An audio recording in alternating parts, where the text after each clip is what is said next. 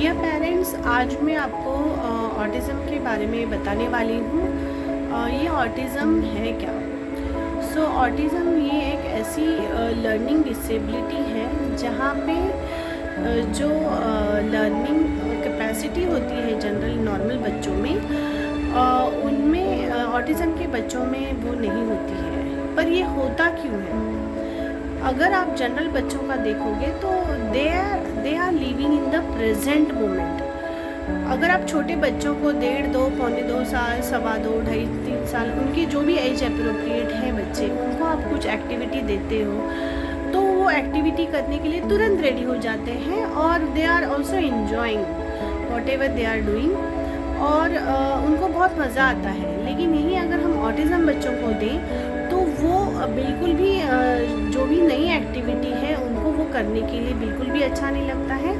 वो उनके जो वर्ल्ड को छोड़कर नहीं आना चाहते हैं। तो क्या है ऐसा कि वो नहीं हमारे इसमें मिक्स होना चाहते हैं। तो ये जो बच्चे हैं ऑटिज़म के, उनका जो स्टेट ऑफ माइंड है वो प्रेजेंट मोमेंट में नहीं है। दे आर लिविंग, उन्होंने अपना एक विश्व बनाया है और उस वर्ल्ड में वो रह रहे हैं। तो वो उनका जो स्टेट ऑफ माइंड है वो उनका अलग अपने ही थॉट वर्ल्ड में है।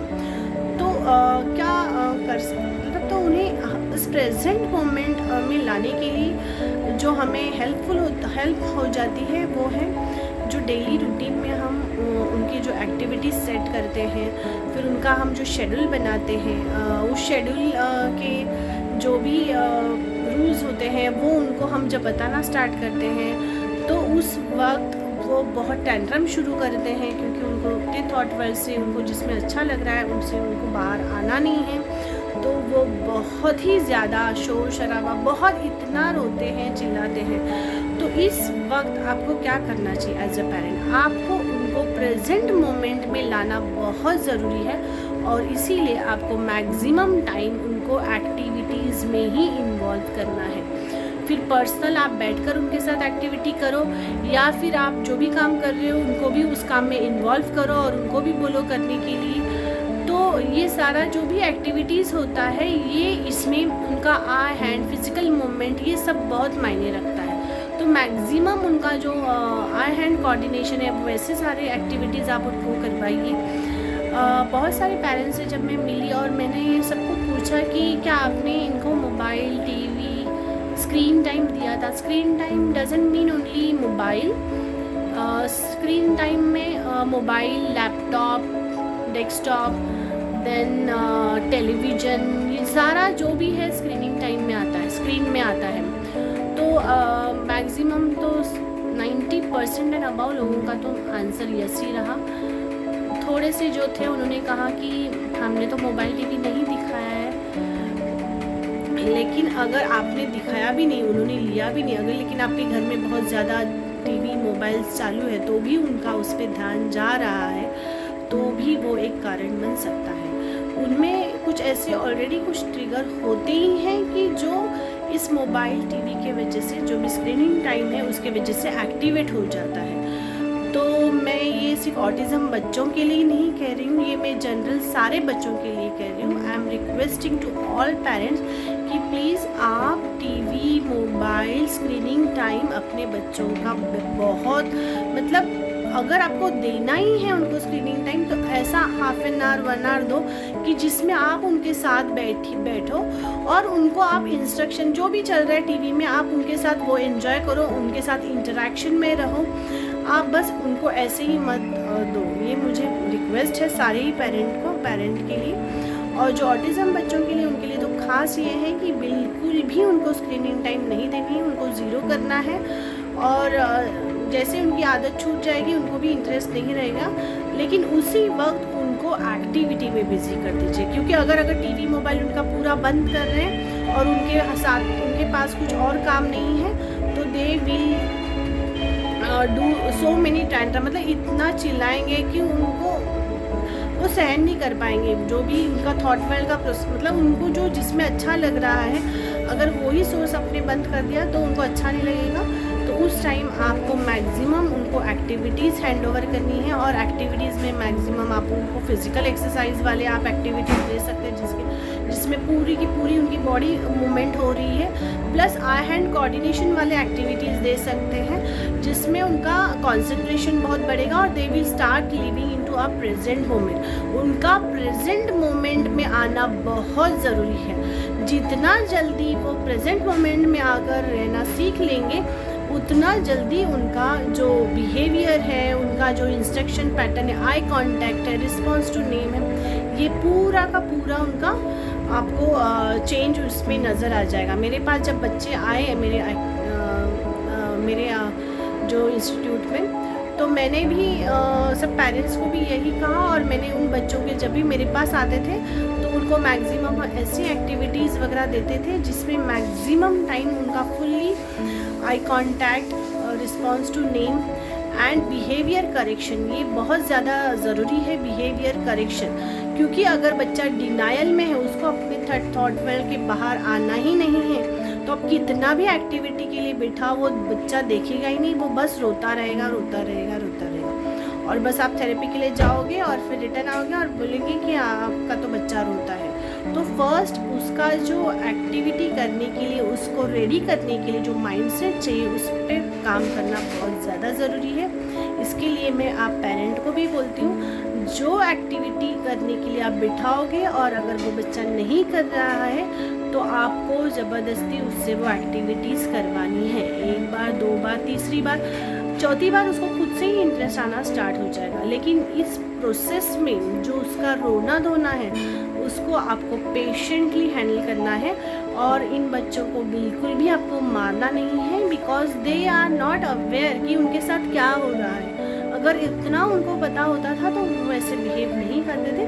तो उस जिस मेंटल स्टेट में वो गए हैं, जो स्टेट ऑफ माइंड है, उस स्टेट ऑफ माइंड में से मतलब उनके थॉट वेल से उनको बाहर निकालने के लिए आपको स्ट्रिक्ट रहना ज़रूरी है, बट आपको उन पे हाथ नहीं उठाना है, और जहाँ आपको सॉफ्टली बात कर सकते हो उतना सॉफ्टली बात कीजिए। जितना आपको लगता है कि अभी मुझे स्ट्रिक्ट बात करनी चाहिए, so you have to control this kids with the pitch of your sound.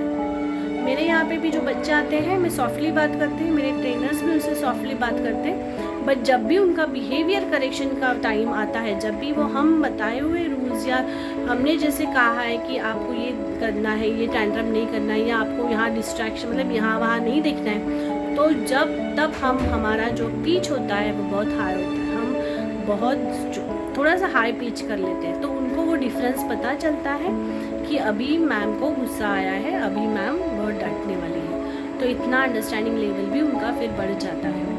और वैसे भी हम ऑटिज़म के जो एक्टिविटीज़ वगैरह लेते हैं, उनके अंडरस्टैंडिंग पे हम काम कर ही रहे हैं, तो उनका अंडरस्टैंडिंग लेवल बढ़ते ही रहता है। तो आपको भी यही ध्यान देना है और मैक्सिमम टाइम उनको एक्टिविटीज़ में बिज़ी कीजिए। और हाँ, कोई मुझे बोलते हैं कि हमने तो इतना टीवी मोबाइल नहीं दिखाया है, बट घर में अगर चालू है, कोई और देख रहा है, that also affect them. And वैसा भी नहीं है तो कुछ समझो अलूफ रह रहा है आपका बच्चा, इतने सारे बच्चे और हैं, या कोई घर में फैमिली मेम्बर्स हैं, उनसे वो दूर दूर रह रहा है, कोई एक ही जगह पे बार बार कंटिन्यू देख रहा है, मीन्स ये समझ जाना है कि वो अपने प्रेजेंट मोमेंट में नहीं है, उसका जो स्टेट ऑफ माइंड है वो कहीं और है, means he is into the thought world. तो आपको ये सिम्टम अगर दिखे अपने बच्चों पे तो उनको तुरंत टैप कीजिए, उनको एक्टिविटी में बिज़ी कीजिए। तो मैक्सिमम जो बच्चे इस स्टेट ऑफ माइंड में जा रहे हैं, तो उनके लिए ये अलर्ट सिग्नल जैसा है।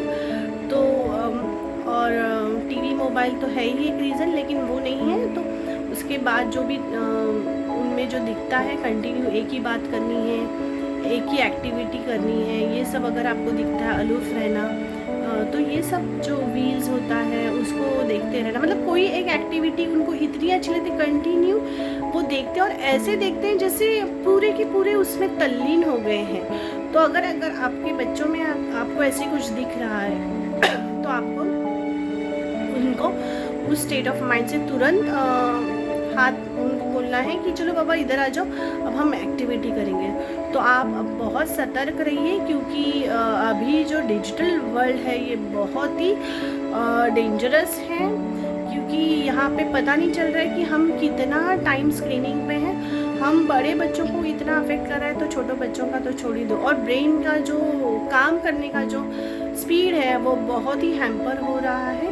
तो इसीलिए अगर और सेकंड थिंग ये भी है कि इन बच्चों में बिहेवियरल इश्यूज बहुत हैं, जो उनको लर्निंग में बहुत चैलेंजेस क्रिएट कर रहे हैं। उनको नहीं करना है मतलब नहीं करना है, और फिर रोते हैं, बहुत जोर जोर से चिल्लाते हैं। तो हमें लगता है कि बाप रे कोई और पूछ लेगा क्या हुआ क्या, उससे अच्छा हम इनको दे देते हैं। लेकिन ये दे देना ही जो उनके लिए अच्छा नहीं है, वही उनके लिए एक नुकसान का कारण बनता है। तो भले वो कितना भी चिल्लाएं, कितना भी रोए, आपको लगता है ये एक्टिविटी उनको अभी नहीं देनी है, तो आप भी स्ट्रिक्ट रहिए। जब उनसे सॉफ्टली बात करना है तब सॉफ्टली कीजिए, लेकिन जब आपको स्ट्रिक्ट रहना है स्ट्रिक्ट ही कीजिए। तो उनको ये भी डिफरेंस पता चलेगा, ये एक्टिविटी करूँगा तो मेरे पेरेंट्स स्ट्रिक्ट रहते हैं, ये एक्टिविटी करूँगा तो मुझे प्यार करते हैं। तो धीरे धीरे उनके बिहेवियर में चेंजेस आ जाएंगे, और ये बिहेवियरल जब चेंजेस आएंगे तो they are ready to learn, और वो प्रेजेंट मोमेंट में आना स्टार्ट हो जाएंगे। जैसे ही प्रेजेंट मोमेंट में वो जीना सीख जाएंगे, मैक्सिमम उनके जो चैलेंजेस है बहुत लेवल तक कम हो जाएंगे। और बाकी एक्टिविटीज़ और जो भी थेरेपीज़ आप कंटिन्यू कर रहे हैं वो तो कंटिन्यू कीजिए ही, और उसी हिसाब से आप उनका जो शेड्यूल है वो फिक्स कीजिए। So thank you very much. आज मैंने ऑटिज़म के बारे, हाँ और एक था कि बहुत सारे पूछते हैं कि कितना टाइम लगेगा इनको रिकवर होने के लिए। सो ऐसा हम नहीं प्रेडिक्ट कर सकते हैं कि कितना टाइम लगेगा। हाँ इतना ज़रूर कह सकते हैं, अगर आपने इतना सब कुछ कर रहे हैं तो दिन ब दिन हर एक मोमेंट में आपको उनमें चेंजेस ज़रूर दिखेगा। आप खुद ही बोलोगे अरे हाँ अभी ये अच्छा करने लगा, अभी ये अच्छा करने लगा। तो जैसे जैसे वो अच्छा करने लगेगा, उनको इजी टास्क, फिर मीडियम टास्क, फिर थोड़ा डिफ़िकल्ट टास्क आप ऐड ऑन कर दीजिए, तो आपके बच्चों में बहुत सारे चेंजेस आपको दिखाई देंगे। So thank you very much. And अगर आपको कुछ क्वेरी रहेगी तो आप मुझे कमेंट में लिख सकते हैं। Thanks a lot.